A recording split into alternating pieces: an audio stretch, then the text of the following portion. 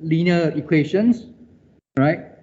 You do not know complex number, then you may find it difficult to solve these engineering problems. Actually, not only in circuit analysis, but all these maths are used extensively in many engineering courses. So during this time, you may want to review, right? When you still have time, review some of the concepts. Need not take out the whole notes, but just review the relevant part. For example, linear equations, how to solve two equations with two unknowns, three equations with three unknowns. This is something that you have learned before coming to the universities, right? But you may have forgotten it. Never mind, just review it. And differential equation is the part which a lot of you forgot, right? So nowadays, with technology, it's easy to review by searching for a short course in the internet. Pick one which is more suitable for you, right? See how, right, differential equations are solved, because this will be used in energy storage elements, right? Inductors, capacitors. Okay, this is the part of the course which most of you may have encountered difficulty. So please, right, spend some time to review these differential equations when you have time now. Okay, because according to my experience, most of you, right, would think that this is difficult, but actually if you know differential equations, then right, you just apply circuit theorems to this and then solve the equations using differential equations. Right, so knowing how to solve, right, will enable you to understand the topic better. Okay, Laplace transform is something that everybody would have learned, especially if you are from Polytechnic. If not, EE206 will also cover. So here we will apply, right, as well as review it. Okay, and AC circuits, right, including single phase, three phase, will involve complex analysis. 2007 as well. Need not review this whole course, as I said. Just have to learn how to transform, right? Complex number from one form to another, from polar form to standard form to polar forms, right? How to multiply complex number, how to divide complex number, how to add complex number, because we need to solve these circuits problems, right, through several operations. Okay, we'll see that later on, but I just let you know first, these are the maths, right, involved, so that when you have time, you may want to start, right, reviewing them. So, or before if you find difficulty in each of these course, try to review them, because, as I said, if you don't understand English, you sit in the classroom, you won't understand anything. So same thing here, if you don't understand the maths, then you will find it difficult to cope with all this. The circuit theorems basically is not that difficult, but maths, right, could be the problem, right, which hinder a lot of you from learning. So do watch out for that. Any questions so far?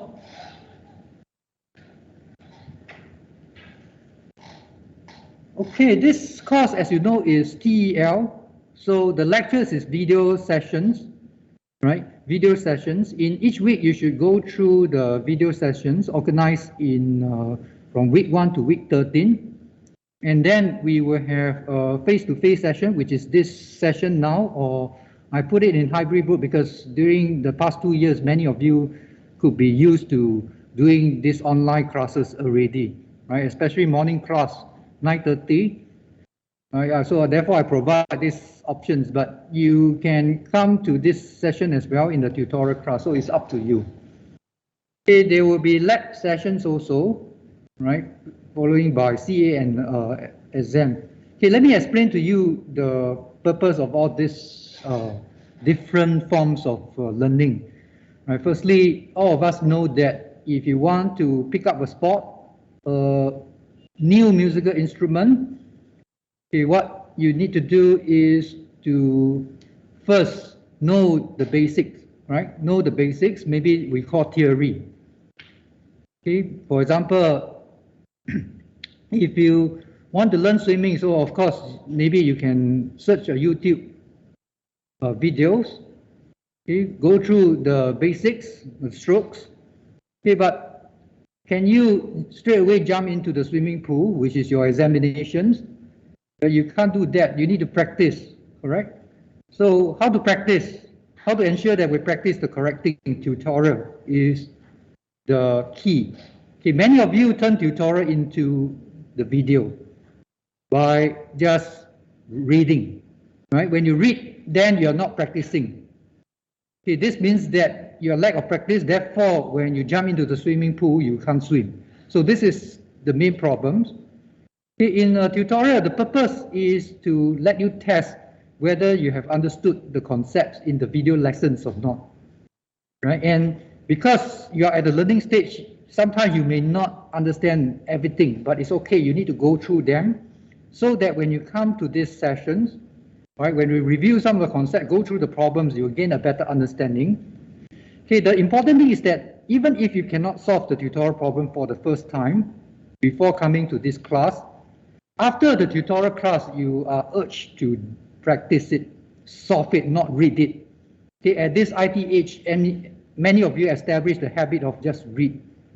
Okay, by reading, you're turning it into an example, not a tutorial problems anymore. Tutorial problems are important because answers are provided. That means that some of you may practice the wrong thing, right? Some of you may have purchased some solution somewhere. Okay, in NTU, we don't sell this kind of thing, right? Because there's a policy discouraging us from publishing this because the university feel that this will encourage students to drill towards examination question, right, which is not what we want to practice. You should learn the concept so that you can solve any problem. If you try to drill towards solving a certain problems through a pattern, even if you pull through this course when you graduate, you're facing the engineering world, which is very dynamic. You may have difficulty eventually. So look at it from the long term and do not try to drill it to practice it, right? But rather understand it. So back to these tutorial problems. After each tutorial class, even if you have the solutions, go back, try to do it by yourself. You are only considered okay if you can do the tutorial problems without looking at the solution. Okay, you can refer to some of the notes, it's okay, right? Refer some of the notes. Don't look at the solution, because once you look at the solution, sometimes everything becomes very obvious, but there could be certain critical decisions that you need to make sometimes, right, in solving it by yourself. So do make sure that every week, right, you go through the video lessons, try the tutorial problems, come for this class, ask questions, right? If you do not understand anything, ask. And then after that, those parts that you did not manage to do it, go back to solve them again until, right, you can solve them without referring to the solution. Okay, if you can do that, I'm sure that you will do well in this course. Okay, it's just that most of you like to read. This may turn into the problems. And some of you practice the exam question with those wrong solutions. So this is worse because you're practicing the wrong thing. Even after examination, after you come out, you think that you have done well, but in the end, you get a grade which surprise you. So this is because you may have practiced the wrong thing. Because some students came to ask me some of the exam problems with those solutions, and I found that more than 50% are wrong, right, the solutions. So unless you can make the correct judgments to tell which one is correct, which one is wrong, I do not encourage you to do that. Okay? Do it on the tutorial problems, right, is a better thing because we have CA. So if you practice earlier, you do better in your CA as well as your final exam. Okay, now lab module is to let you see the practical aspects of your circuits theorems.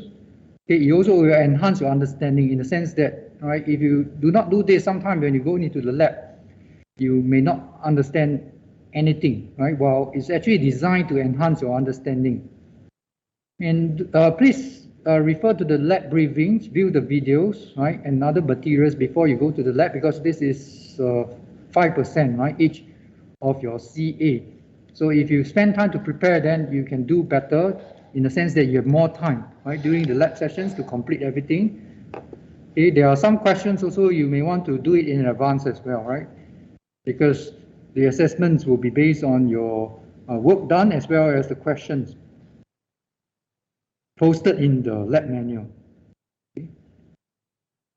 Okay, as I said, every week go through the videos, solve the tutorial problems, then come for the class. But you know that week 1, right? This is week 1, so you're supposed to go through the video first, do the tutorial problem next week, all right? So we do not start with the whole tutorial problem. Okay, rather we'll just go through problem 1. Okay, I will review some of the concepts needed for it later on. Okay, then we will go through the remaining problems of tutorial 1 in next week. So you can see there's a delay, meaning that this week I learned something, I solved the problem, next week I come for tutorial, right? So week 2 problem will be solved in week 3. Right? Week 3 problem will be solved in week 4 until we reach the last week. So we have 12 tutorials altogether for 13 weeks. So do prepare your tutorials, right, before coming. Cannot solve or never mind, even cannot solve any, also never mind, right? At least you try, so that when you come, you understand what is the missing concept. Okay, CA weightage, as you know, is very high. This is to help you, right? Help you. It means that before you go into the exams, if your CA weightage is high, okay, that means that you have a head start. So on the other hand, if you have problem with your CA, which required continuous effort every week, okay, do not wait until the last few weeks, then you try to do it, because in university and in this course also, all the concepts are linked. That means week 1 concept used in week 2, week 2 concept used in week 3. So if you try to skip to week 4, when you come into week 4, you won't understand much, right? So this is a problem. So every week need to do it properly, so that finally when you go for the exam, right, you will be fine. Okay, we will be here to help you. If you have any questions, you can just check with us, right, during your learning stage. And right, as I stressed to you, the topic in week 1 and week 2, tutorial 1 and 2, are very important. So this we have a quiz of 20%, and we make it quite late so that you have enough time to digest. Even though it's covered in week 1 and week 2, we did not do in week 3, 4, 5, right? We do it at the end of week 7. Okay, because this course has a lot of part-time students, so we have to do it during the 26th of February, which is a Saturday, right? Which is a Saturday. Every day, right, they will have part-time classes at night, so we can't do it at night. Office hour, they are working, so this is the only time that we could do it. So please watch out for the announcement for the location later on, but the date and times are fixed. Topics only, tutorial 1 and 2, and even as group N, right? So do prepare for it, because these concepts in week 1 and week 2, as I said, very important, will be used over and over again, right? And the quiz will be web-based, OASIS, and later on I'll announce more, right, in the subsequent weeks about the OASIS practice questions. Okay, there will be some user guide, but some of you may have done it already, right, in the first semester. Okay, 2 take-home assignments. So take-home assignment is different from quiz. Quiz is that you're given a short time, right? You must finish it within that time period. Take-home assignments, you are given a long period to complete it. So, but because this is based on OASIS, right, so we basically have a different way of implementing it. All right, let me explain. You will have a mock assignment. So that will release the questions, right? Release the questions to allow you to practice. So what you should do is that once the announcement is made, log into the mock assignments, get the questions. Okay, then you have 2 weeks to think about it, right? Maximum, excluding recess. So if it's like week 6, because you overlap with recess, then you have 1 more week, right? And the other one is week 10. For assignment 2, so each 5%.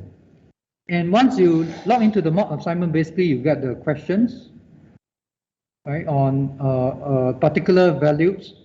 So later on, if you are ready, then you will log into the actual assignment through the Oasis. You are given only 150 minutes to complete it, but you already prepared it for 2 weeks, right?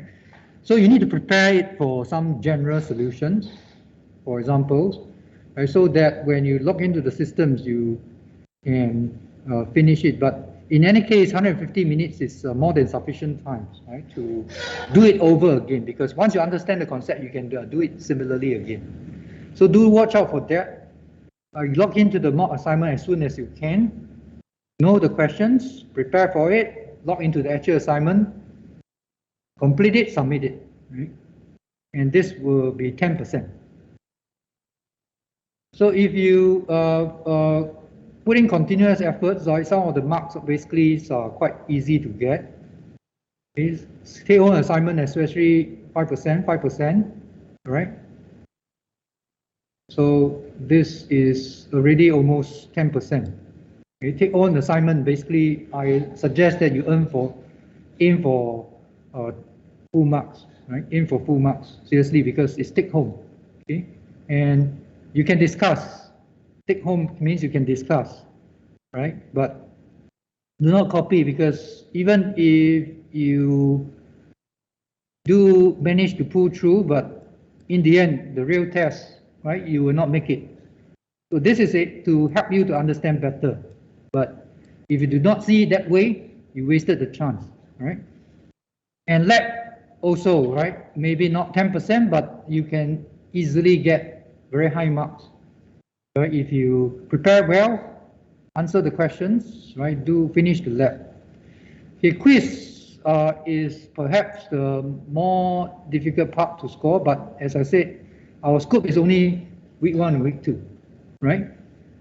So if you start from now, I believe that by the time you reach week 7, you will have already understand all this concept very well.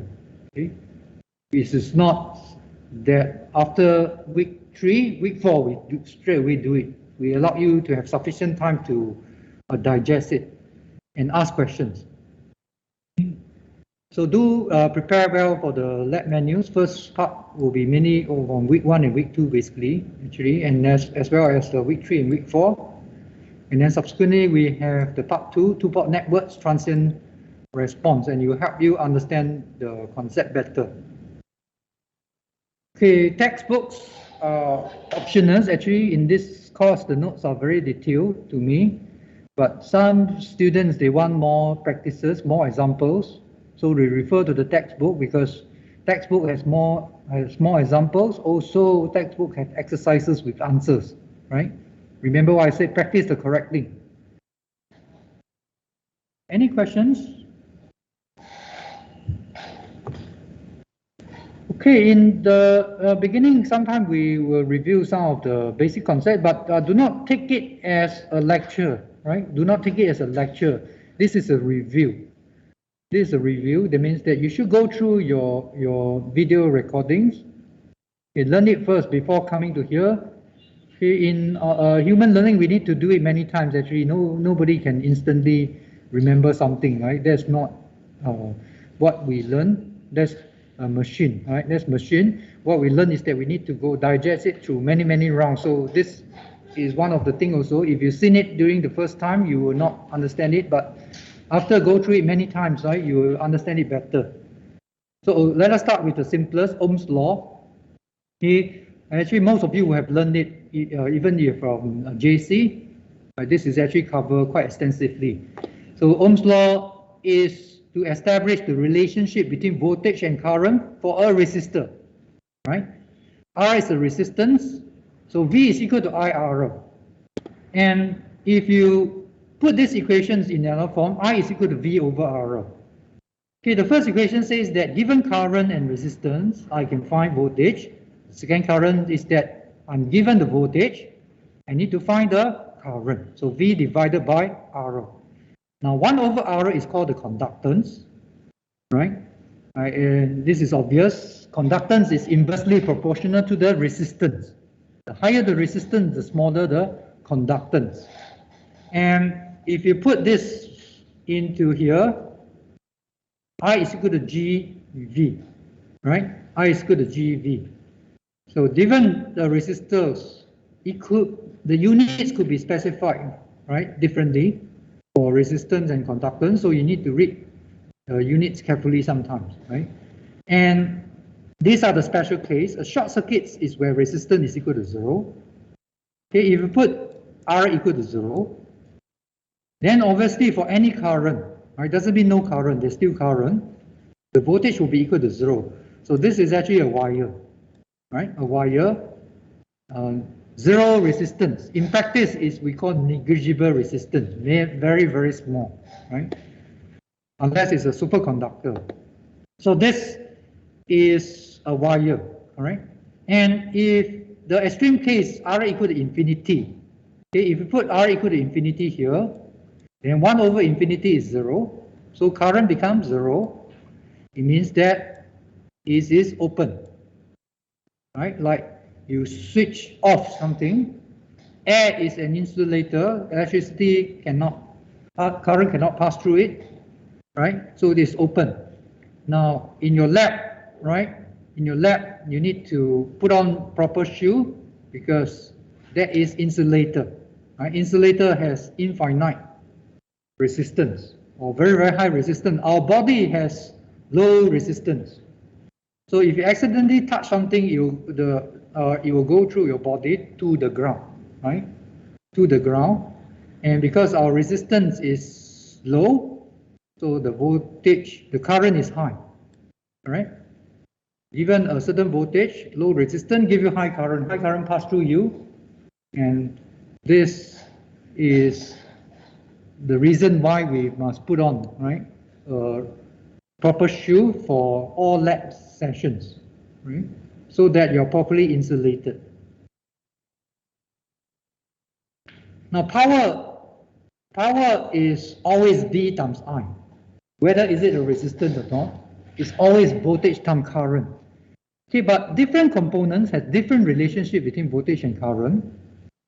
Okay, in resistor, V is equal to IR. So therefore, if you put V equal to IR here, then you get I square R, meaning that you can calculate the power of the resistance using only the current and the resistance, right? I square R. Okay, if you put V over R, substitute I by V over R, then you get V square over R, meaning that I can calculate the power either by knowing the current or the voltage, right? But if I know both of them, I can also multiply V times I. So 3 ways of calculating power for a resistor.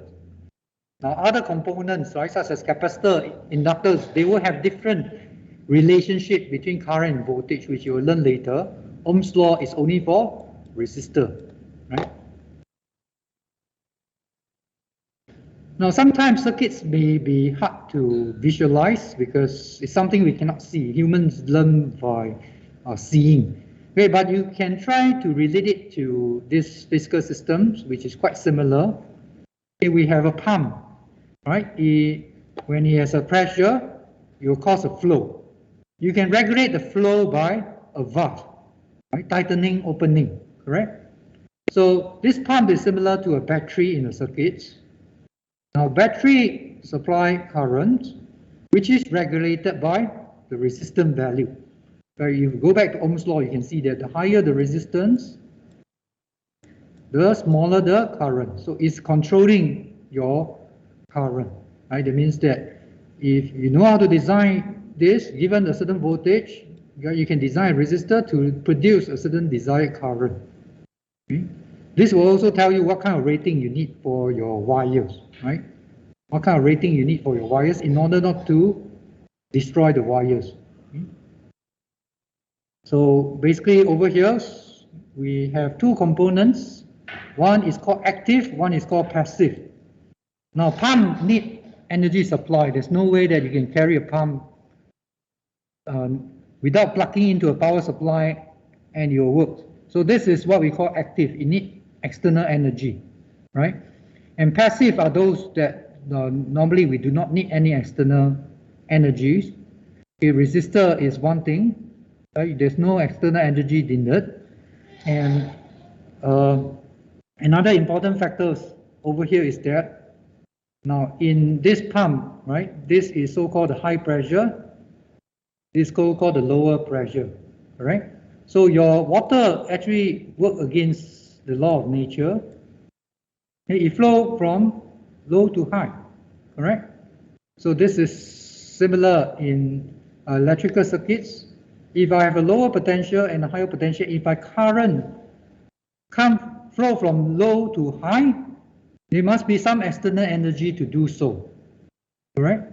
On the other hand, if my water flow from high to low, it is natural, so it is passive. Now, one example is you can visualize that in Singapore we have HDB estates.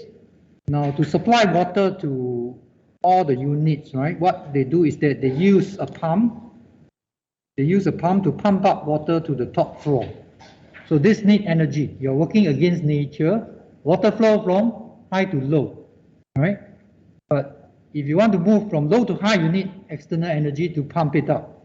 But once you reach the top, okay, water do not need energy to flow down anymore, right? So that is called passive. Right? So it's very easy to remember. High to low, passive, right? Absorb power. Low to high, supply power, active. So this is quite important because this is called passive sign convention, right? Which you use extensively in your course. Okay, it says that if you have a passive components, such as a resistor, the current always flow from higher potential to lower potential. Water, for example, flow from high ground to low ground, right? Very easy to remember. And convention means a standard. You know, passive sign convention says that the power, right, is positive. Power is positive for passive components. So this differentiate between whether is it active or passive. For active is the other way around. Okay, in fact, it's based on this, right? The active one is also based on this. Okay? Because if you look at the active one, then we know that this is flowing up, right? Flowing out from low to high. So passive sign convention says that you go this way into the terminal. So therefore, you put the other way around is negative I, correct? If this is positive I, the other way around is negative I. Right? If this is positive directions, the other way around is negative directions. So you put negative I here, then it becomes negative VI. Right? So power, remember, if you calculate the power using this passive sign convention, if you give you a positive answer, it is passive. Right? If you give you a negative answer, it is active. Right? Now we have many basic laws in this week 1, week 2. One of the most important one is Kirchhoff current law, Kirchhoff voltage law. Okay, Kirchhoff current law, Kirchhoff voltage law are not something they are difficult to understand actually, okay, but you have to learn it from the beginning and use it over and over again, right? So that at the end, after a few weeks, you'll find it very easy. Right, let me try to explain. Okay, let us start with this pump example again. Now, just now I show you one valve. Now, suppose that you have another extension in parallel. Okay, then it's actually very natural when water come to here, right? It has to be divided, correct? Unless there's leakages, right? Then it will not be so. So all this flow, right, through this valve will be equal to the total. So same thing when current, right, a current I come to a node, which is junctions, is divided, correct? So if the current inflow is I, okay, the current outflow with respect to the nodes must be equal, right? When they add up, they must be equal to the inflow. So we say that total inflow is equal to total outflow. So when you have more junctions, right, more wires supplying current, you just add in. So to me, I remember this way, inflow is equal to outflow, right? It's very easy to remember. But you know that this equation, so it can be expressed in many forms. If you bring I to the other side of equations, then I get negative I, correct? Plus I1 and I2.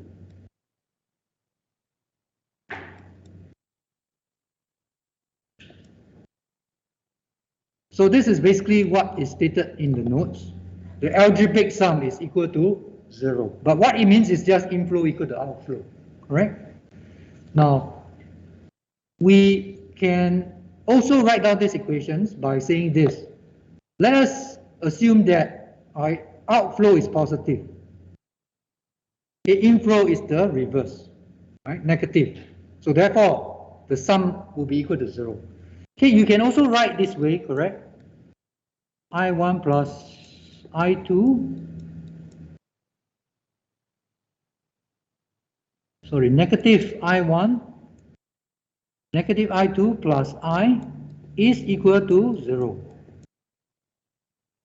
Okay, which means that in this case, you are assuming that inflow is positive, outflow is negative, right?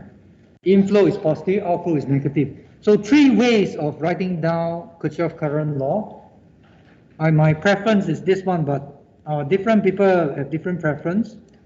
What you need to do is that during this first 2 weeks, you try all, then choose one, right? Choose one, and then keep doing that. Right? Choose one which you think you make the less mistake, because this is very important. Once one sign wrong, everything wrong, right? One sign wrong, everything wrong. Okay, which means that you design the wrong circuit, which may burn someone's house sometimes. So be careful of that. In electrical engineering, we need to be very precise, very careful. Any questions?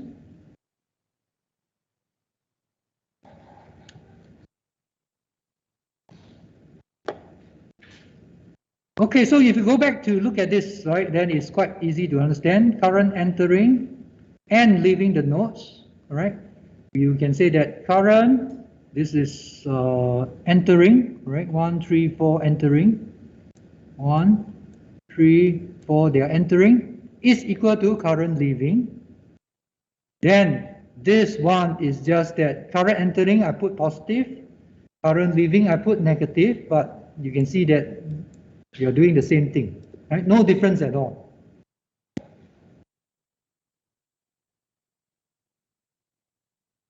Okay, Kirchhoff voltage law, right, is dealing with voltage. This is current. Okay, this is when current enter and leaving a junctions. This is Kirchhoff voltage law, is the voltage around the loop. Now you know that you can start from any point in the loop, right? Any point in the loop. Okay, the potential difference should be 0, correct? Because this is a conductor. So if you start from here, you go one time round back, the potential difference is equal to 0. All right? Voltage of a conductor is equal to 0. So this 0 over here. Now this law says that if you climb up the potential, you put a positive. Okay, if there's a drop in potential, you put a negative. Drop in potential, put a negative. Notice that these are passive component, right? So I expect the current to come up from here, supply, flow from high to low. Once passive, you know, passive element, you just put high to low, right? Even if you assign wrongly, right, your answer will just be negative, that's all, right? So then this is low to high, you add positive, and here high to low, right? Passive components. Then back to this point, 0. So this is what it means. The algebraic sum is equal to 0. Okay, let's look at this 2 equations. You can see there is just another way, another 2 ways of writing the same equations, correct? If you put a negative here, then it becomes this one. It's the same equation. This means that you want to do the other way around, right? If there's an increase in potential, you put if there's an increase in potential, you put negative. Okay, but you can also view it the other way around. Maybe this means that you go this way, your loop go the other way around, right? Your loop go the other way around. So you start from here. Here it is put positive 5, right? And so on and so forth. So there are many ways of interpreting the equation, but they mean the same thing. Okay, and then the other one is that the positive one, you add up, negative drop in potential, you add up, they must be equal, right? Because it's one loop. So there are 3 ways. Again, you just choose one which you think is more comfortable. To me, I choose this one. Right? This is my preference. I assign a directions, then increase in potential I put positive, drop in potential I put negative. It's easier to remember. Okay, let's look at one example. Now we have two valves in series, right? This is called series, means they're the same flow rate, right? Same flow rate will go through them. So here we know that if I apply a voltage across these two resistors, the total voltage must be equal to 12 volts. All right? Total voltage across it equal to 12 volts. If I call the voltage of the resistor 1 V1, voltage of the resistor 2 V2, then I know that these two must add up to be V. All right? So this is actually Kirchhoff voltage law. Okay, but this equation can be interpreted this way as well. So you draw a loop, right? Starting from one point, any point actually. If I start from this point, then I'll put positive V, increase in potential, then I come to here, right? And next, here, this is a resistor. Resistors will flow from high to low, right? High to low. So therefore, this drop in potential, high to low, so minus V1. Okay, here, resistor passive, current flow from high to low. So drop in potential minus V2 equal to 0. Right? It's the same as these equations by simply moving this to the other side of the equation. So same thing, of course, I can also assume the other way around. Right? You can write down a different equation, V1 plus V2 minus V is equal to 0.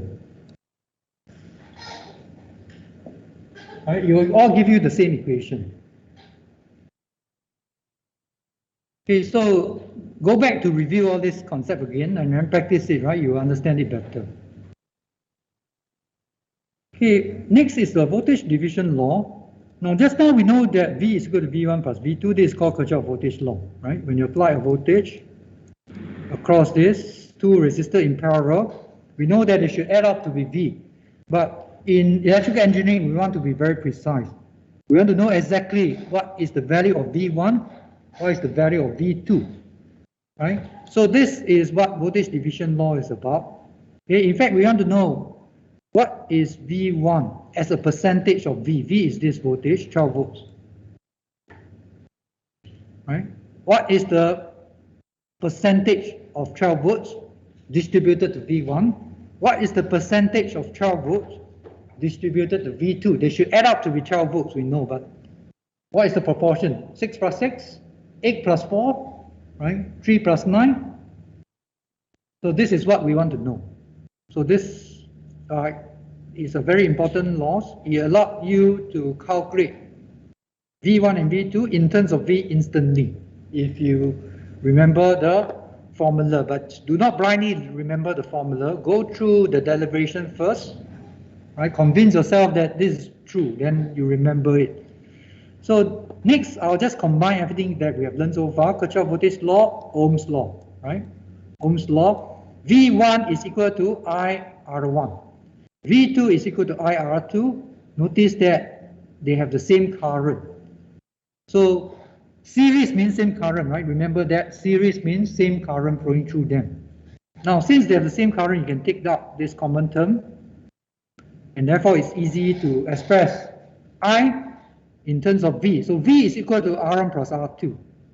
Now R1 plus R2 is equivalent resistance, right? Equivalent resistance, it means that is equivalent to a resistance value of R1 plus R2.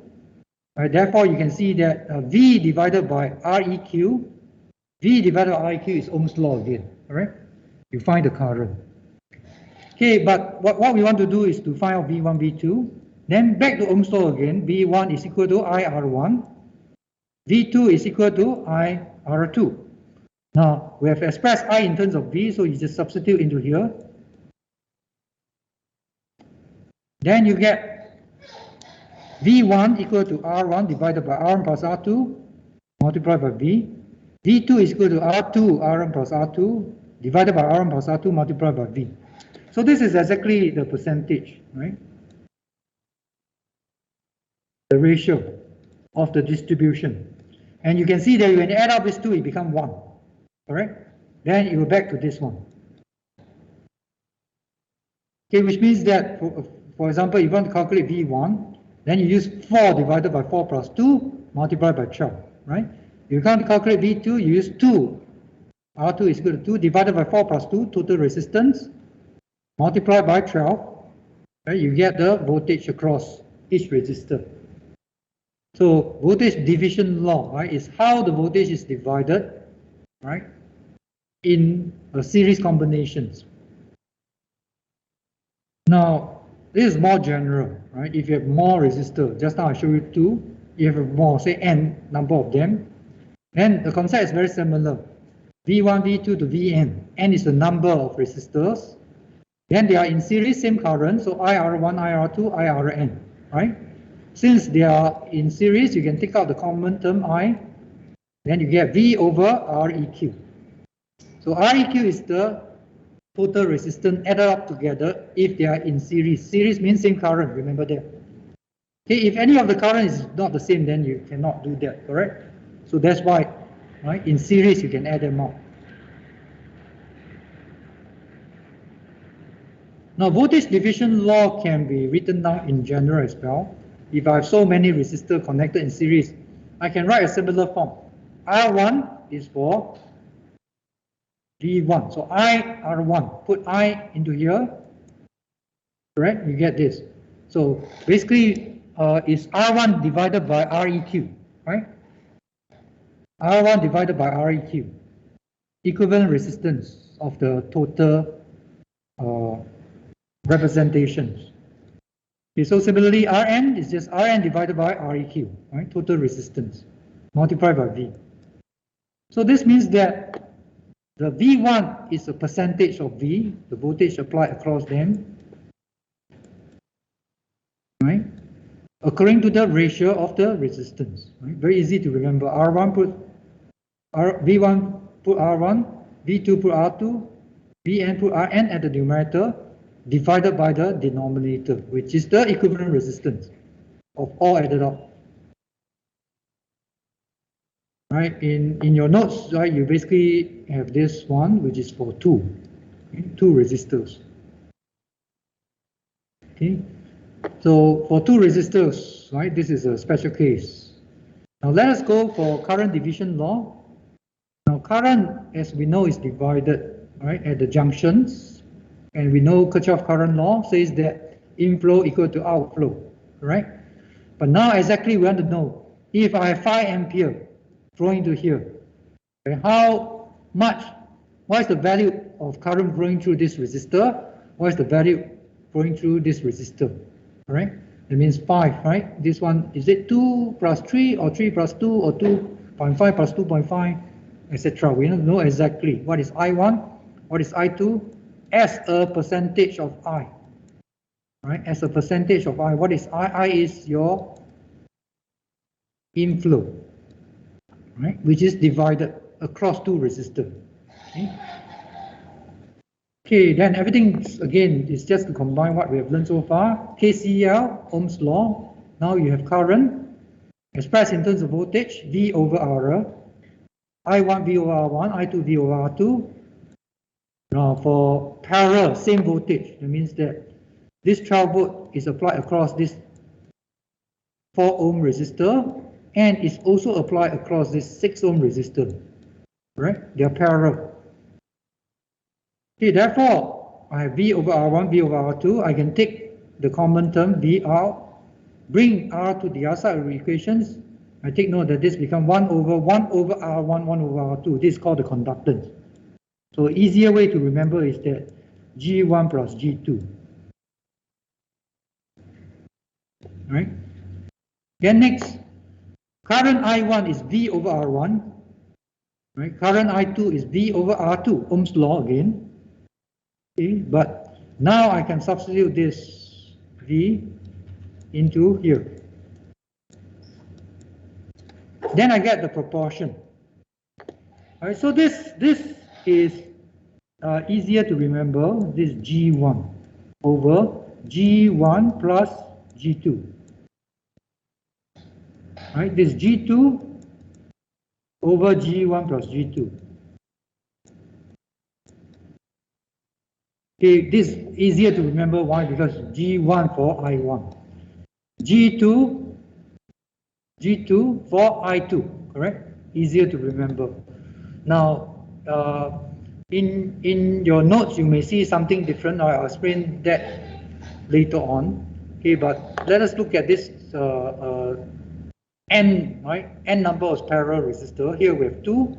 If you keep adding more, right? Keep adding more. Actually, the concept is similar because they have the same voltage. So therefore, you can take out, right? So it must be the same voltage. This is the key. Then you take out V, then it will be equal to I divided by total conductance, right? I divided by total conductance. Then as a result, if we want to calculate the current through each of them, it will be V multiplied by conductance, or V divided by R, right? Then basically you get this form. Right? For I1 is conductance 1 divided by total conductance multiplied by I. So it's in a similar form as your voltage division law, except that we replace current by voltage, resistance by conductance, right? So it's easy to remember this way. But however, all this slide I think I will provide, right, for you. It's not in the notes, but I think this is easier to calculate. That means that if you have so many resistors, you want to calculate one of them, right? You just directly use this. But for 2 resistors only, it's better to use this, which is in the notes. Okay, but take note of this, right? Because you can see that you're calculating I1, but you're using R2, correct? You're calculating I2, but you're using R1. So this part is the one that you need to watch out for, but these two are equal. You can go back and try. They are equal because this is 1 over R2, right? 1 over R2, 1 over R1, right? So if you do some algebraic manipulation, and eventually you will come to here. Now, why you do use this one is because if you have only 2 resistors, this is faster, isn't it?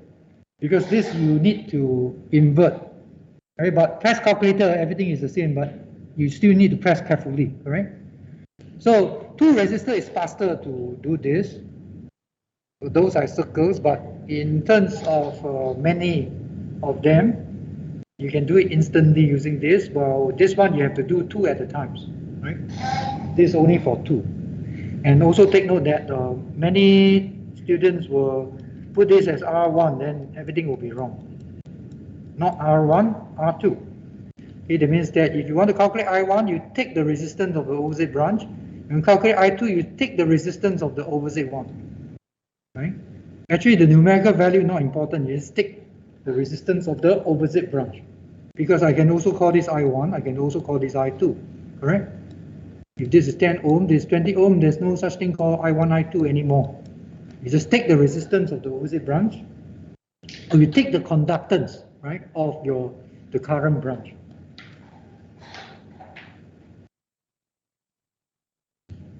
Okay, any questions before we go through the tutorial problems?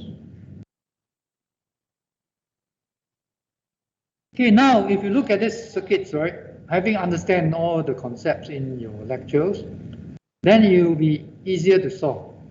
Now you look at these circuits, you can see 2 resistors in parallel, correct? 2 resistors in parallel.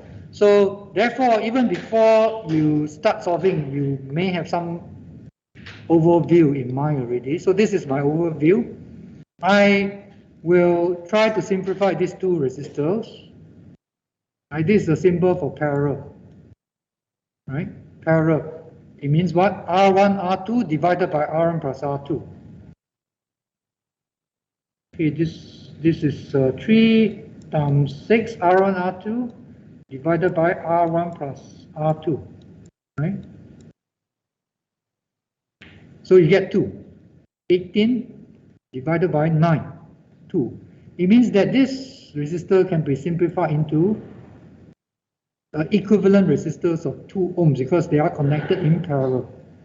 Now, once you simplify into this form, you can easily calculate this current I Ohm's law, right? 12 volt divided by 4 plus 2, 4 plus Req is 2. Then you get this current I. Now this current I is the current flowing through this 4 ohm resistor. Now sometimes you need to refer back to the original circuit. So that means that this is the current flowing through this 4 ohm resistor, and then it will be divided. Right? And you have to find the current flowing through the R3. Right? So you use current division law. Okay? You want to know this current, how is it divided across these two resistors? And this is what we will do next. Find Rix using current division law. Right? So you should have this overview before you start solving, not to put this into the drill, but rather apply whatever concepts you have learned. Let us look at the details. I have found Req, right? Req 2 ohms. So this is my circuits now. So I use Ohm's law, 12 volts divided by 4 plus 2, I have 2 amperes. Okay, this means that this current is 2 ampere. Right? It's the current flowing through your 4 ohm resistors. Then after that, it will be divided, right, across these two resistors. I want to know this current flowing through the 3 ohm resistor, so I take the resistance of the opposite branch, right? Divided by the total added up. Or you can try go back 1/3 divided by, it means conductance of the current branch, divided by 1/6 plus 1/3, also the same answer. Press calculator, right? You'll get this as well. But you can see that, right, for 2 it's faster to do it this way. Just to have to remember, take the resistance of the opposite branch. So this is basically the first problem. Any questions? Now methods are not fixed, right? Do not take it as 3 steps drill, right? No such thing. There are many, many ways. Okay, the other way is to practice voltage division law. So if I simplify this into the Req, remember 2 resistors in parallel, then I can find this voltage by voltage division law, right? This voltage across this resistor is Req, 2 ohms, divided by 4 plus 2, right? Total voltage 12, so I get 4 volts. Okay, that means that this is 4 volts. If 4 volts is here, this 8 volts, right? This 8 volts. So you can use voltage division law on this. Okay, it means 4 divided by 4 plus 2. Right, you can get 8 volts. Or you can simply use Kirchhoff voltage law. 12 volts minus 4 volts gives you 8 volts. Right? It has to add up to be 12 volts according to Kirchhoff voltage law. Okay, then I know that this is 4 volts. Right, this is 4 volts. And this Req consists of 2 parallel resistors. So therefore 4 volts is applied across both resistors. So therefore the current flowing through it is just Ohm's law. 4 volts divided by 3 ohms. Right? 4 volts divided by 3 ohms, same answer. So this is just in different form actually. Right? There are many, many ways of solving it. Do not remember it as a drill, but remember all the concepts and link them up. Right? Any questions? Okay, let's move to the next question. At one glance, it looks like a new question, but actually, if you look at it carefully, it's the same, exactly the same as this question. Of course, with different values, right?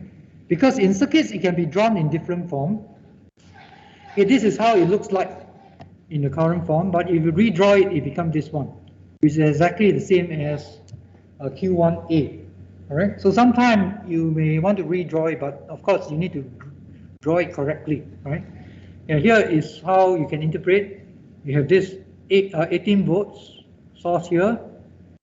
Okay, then it flow through 2 ohms, right? You can see it flow through 2 ohms over here, and come to junction B. It is divided, right, by 2 parallel combinations. So same thing, divided by 2 parallel combinations, and then you come back to the same point, which is connected to the negative terminal.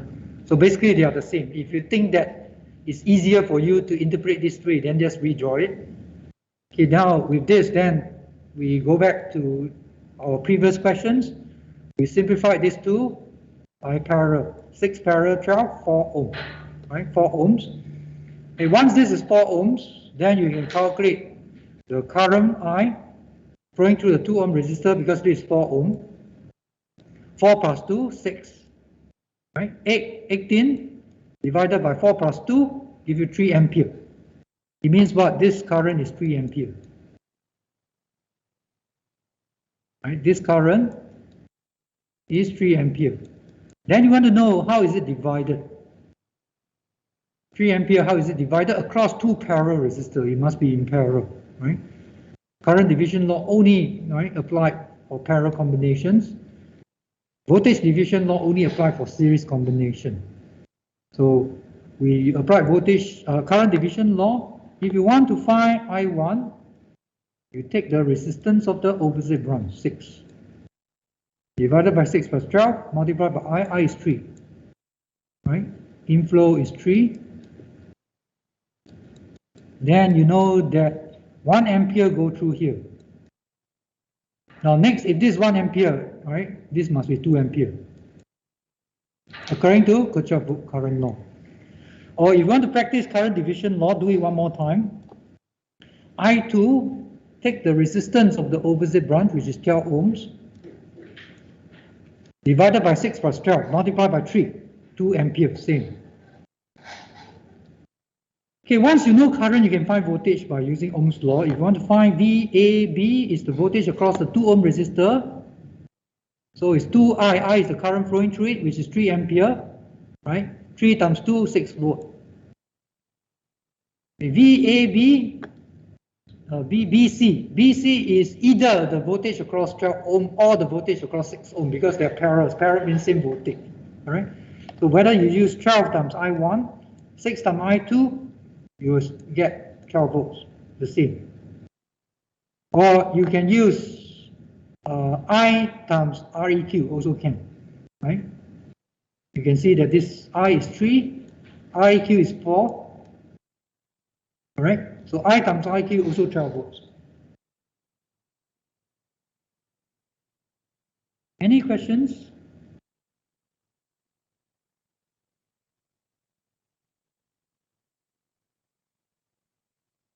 So basically this question, we find everything in these circuits, right? The current and the voltage across everywhere. Okay? And this also tells you that once you find voltage, you can find current. Once you find current, you can find voltage, because we can find them using Ohm's law for resistor networks. Any questions? All right, for those online, if you have any questions, actually turn your mic and ask.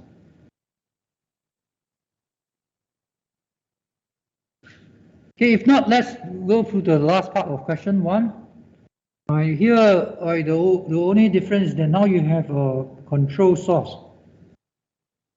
Now, control source can be voltage source or current source. Is this a voltage or current source? Sorry? It's a current source.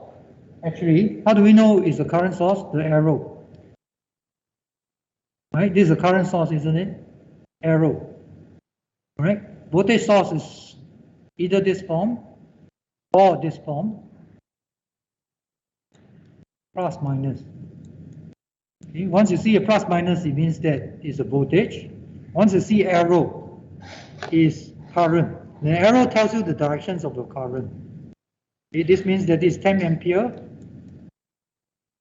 Okay? This means that this is 2V0 ampere, right? 2V0 ampere.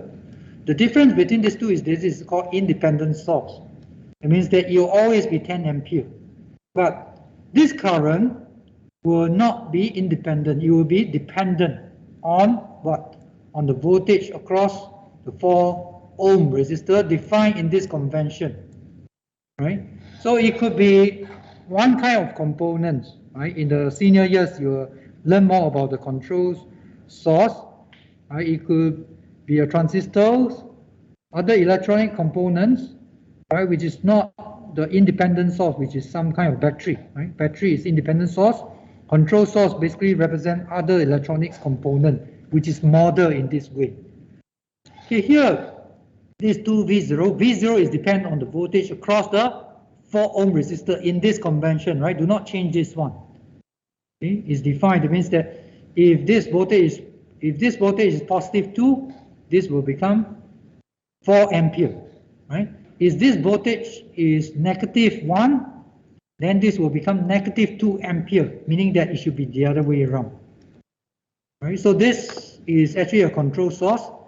This is a current source which is dependent on the voltage. So it's not a voltage source, but a current source which is dependent on the voltage across a 4 ohm resistor. Right? So sometimes this current source could be dependent on maybe I0. I'm just quoting an example, right? Don't do this.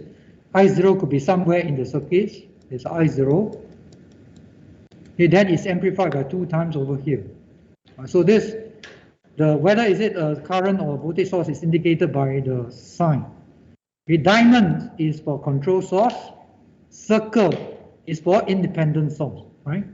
So this independent is control source. Control source can be voltage as well. If you have a control voltage source, this is how it looks like. You have a plus minus. Right? As for independent source, it will be a circle, and then you have a plus and minus. So go back and read carefully again your notes. As I said, do not come to the tutorial session and expect it to be a lecture. It's just a review, right? Okay, next, let us look at these problems. We want to find the power dissipated by the control source, which is this one. So you know that in order to find the power, okay, basically you need to find 2 things. Okay, the voltage across it multiplied by the current, right? V times I. So I just put here V times I. V times I of this component, right? So the rest is to find the voltage across here, which is actually this node voltage. It means that if I call this Vn, right, a node voltage, then actually this is also Vn, and this is also Vn. And this voltage from here to here is also Vn. Why? They are in parallel, right? They are in parallel. In fact, you can see this way. This is 4 and 6, 10. Right? And then you have another independent source connected to the same node. You have another control source connected to the same nodes in both ends. So these are called parallel. That means the voltage across this 10 ohm resistors is the voltage across this independent current source, is also the voltage across the control source, right? Control source. So firstly, right, we need to find out this voltage and we need to find out this current. To find this current, you basically need to find V0, correct? Because this current flowing outwards is equal to 2V0, right? This current is 2V0. So we start by finding what is V0. Okay, V0 can be found by just doing KCL at this node. KCL at this node, this is I, all right? Inflow is I. Okay, this is also inflow, 10 ampere. And this is also inflow, 2V0. So no outflow. Outflow equal to 0. Okay, you get one equation, but you have 2 unknowns. All right? So you can't solve it. You need to look for additional information, right? In fact, I is here. Since you want to solve V0, in order to find this current, you should look for I. Now, I is here. According to Ohm's law, I is V0 divided by 4. All right? I is V0 divided by 4. Right? Notice that passive sign conventions, current flow from high to low for resistor. Okay, if not, then it will give you a negative answer. It's okay.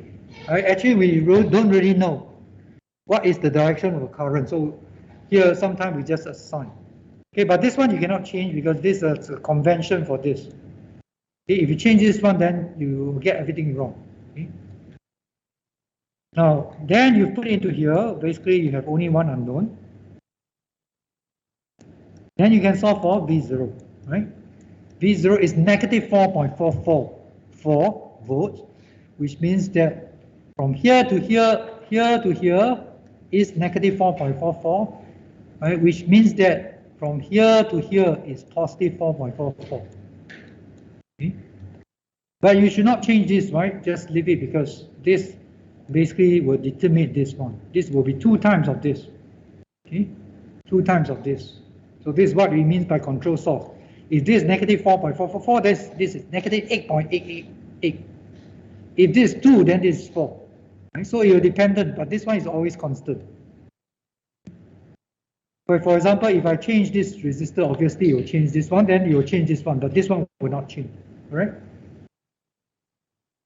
10 ampere will not change, but this will change. That's why it's called dependent source.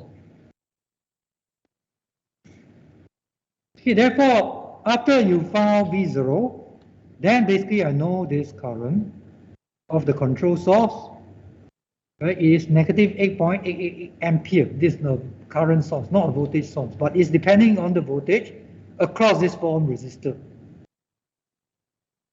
So I call this current I, follow this sign. Right, so this is negative 8.88. Actually, it means that the other way around is positive 8.888. Right, so circuit analysis is something like that. If this direction is negative, it means the other way around is positive, right? So to find power, as we know, we need to find this current and the voltage across it, which is Vn, right?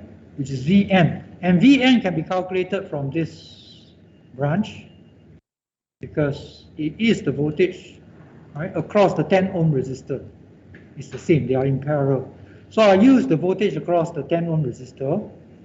6 plus 4 is 10.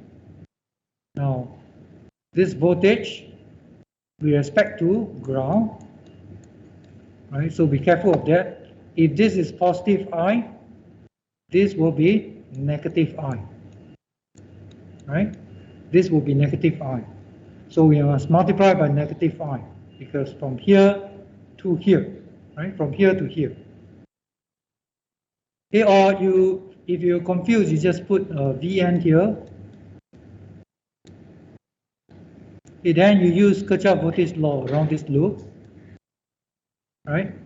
Kirchhoff voltage law around this loop. So here, increase in potential plus Vn, right? Plus Vn, and these directions will be negative I. Right? Be careful, this direction will be negative I. All right? Negative I. So therefore, you need to put a negative sign there as well. So negative will become positive, right? Basically, you have negative I, right? Negative I times 4, and then you have negative I times 6. And voltage across this, voltage across this. So, or you may want to follow this, right? If you're not comfortable with this, follow this one, the other way around. Then you'll get I, right? You'll get I. So what will happen is that you go here will become from high to low, right? High to low. Then you get drop in potential, right? So all will be drop in potential. You will still get the same thing. Okay, which means that you will get negative Vn, negative 6I, negative 4I, equal to 0. But you can see that they all means the same thing, right? So the easiest to me is this one because this is positive I, so this is negative I. So therefore Vn is 6 times 4 times negative I, Ohm's law. Right? And this basically give us Vn because I, remember I is V0 divided by 4. V0 is already known. This basically means that I can calculate Vn, which is 11.11 volts. So I know that this voltage, right, is 11.11 volts. Okay, I calculate it through this way, right, because this is 11.11 volts. So therefore, the voltage across this is also 11.11 volts. The voltage across this is also 11.11 volts because they are parallel. Right? Parallel means they are connecting to the same node on both ends. So therefore, they have the same voltage. So I compile my results. I get I equal to negative 8.88 amperes as a negative sign. Vn equal to positive 11.11 volts. Right? So these are the things that I've calculated so far. Remember, you're calculating power. Correct? Power. This basically, you go back to your passive sign conventions. Power, right? In this case, if you assume direction this way, this is coming out, right? And the voltage is this way, so you get this one. See, current is flowing out from the positive terminal. Positive terminal, right? This is positive, negative, because this is 11.11 volts. Okay, and then this means that I should put P equal to V times negative I. Right? So P is power is equal to Vn times coming out of the positive terminal negative I. Right? Or the other way is to see it this way. Flow into the terminal is negative I. Right? So passive sign convention, V times I flow from high to low, passive. Then you get this as well. Okay, but I is negative. So therefore, this basically becomes positive. And in the end, you get a positive power.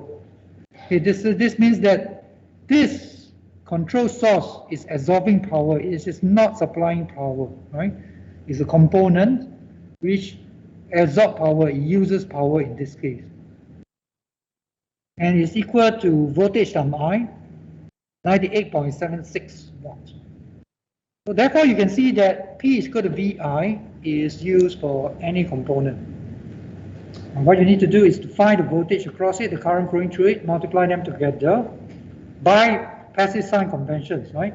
Current flow from high to low, okay? High to low. Right? If it's coming out, it just means that I'm going in with a negative I. Right? It is still passive sign convention. V times negative I. Okay.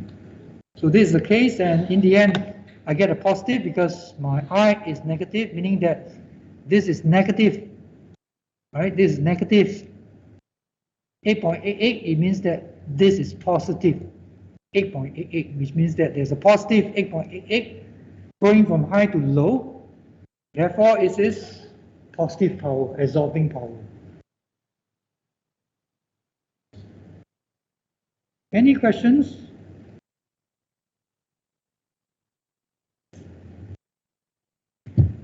Okay, so remember what I said, do not go back, just read, right?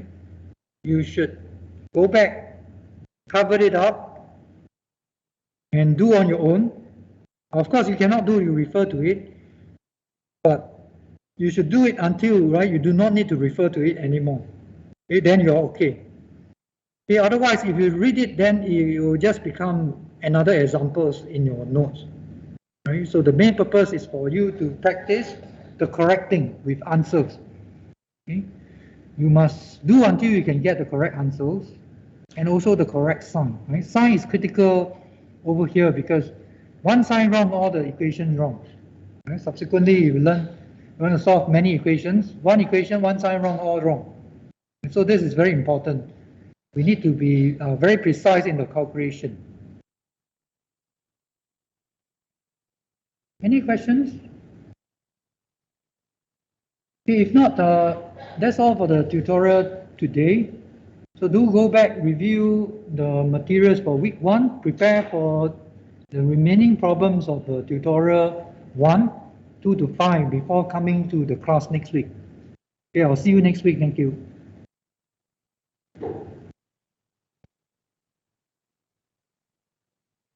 Thank you, Prof. Yes, you have questions? No, just thank you, Prof. Okay, thank you. Prof, I've got a question. Sure. Go ahead. Okay, I don't understand how you get the Vn part.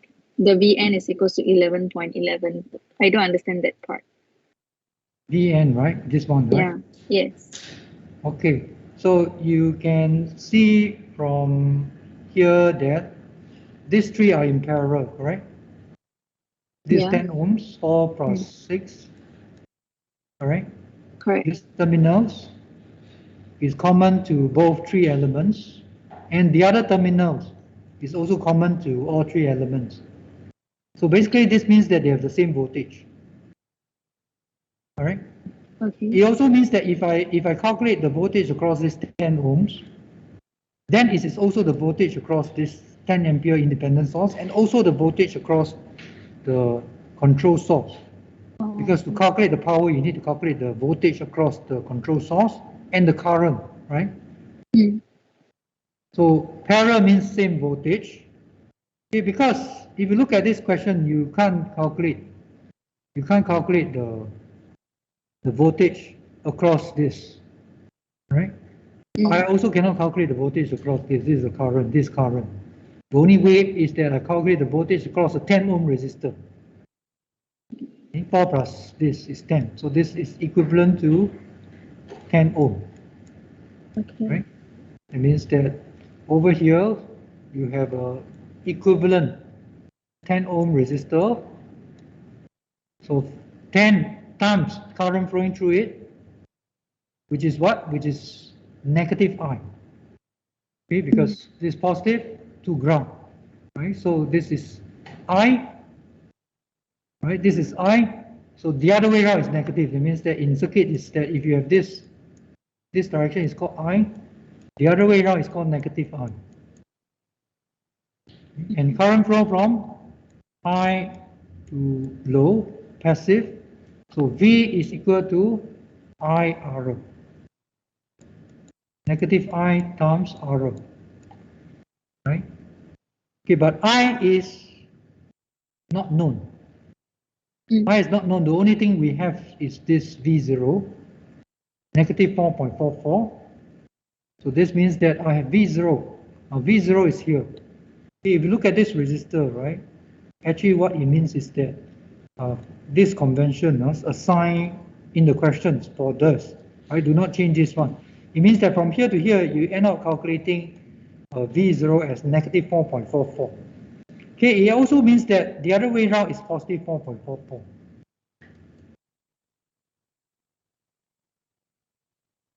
Okay. So this is by conventions, it becomes negative 4.444. Right? It means that I'm coming from here to here. I end up drop. Right? I'm coming from here to here. I end up drop. So of course, from here to here it should be drop. Right? So this is actually from here to here is increase. The other way around is drop. Okay, so back to here, that's why this one, right? If this is by previous definition, if this is positive, then the other way around is negative. So I just put 10 negative I. I is V0 divided by 4, right? Which is Ohm's law, V0 divided by 4. Does that answer your question? Yeah, thank you. Okay. Any other questions? Explain the last part again, how you know it's absorbed or supply. Okay, there's one more question asking me, how do I know it's absorbed, right? So this is the passive sign convention. If your answer is positive, okay, it means passive components absorb energy, right? If your answer is negative, The answer is negative. It means that it's active. Active means supplying energy, right? Like the pump is supplying, and then passive is the one that consume energy. So here we calculate it, and it happens to be positive. Okay, if this is negative, that means that it is supplying energy.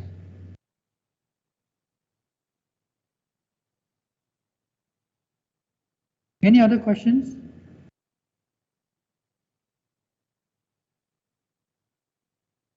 Okay, if not, that's all for the tutorial today. Thank you.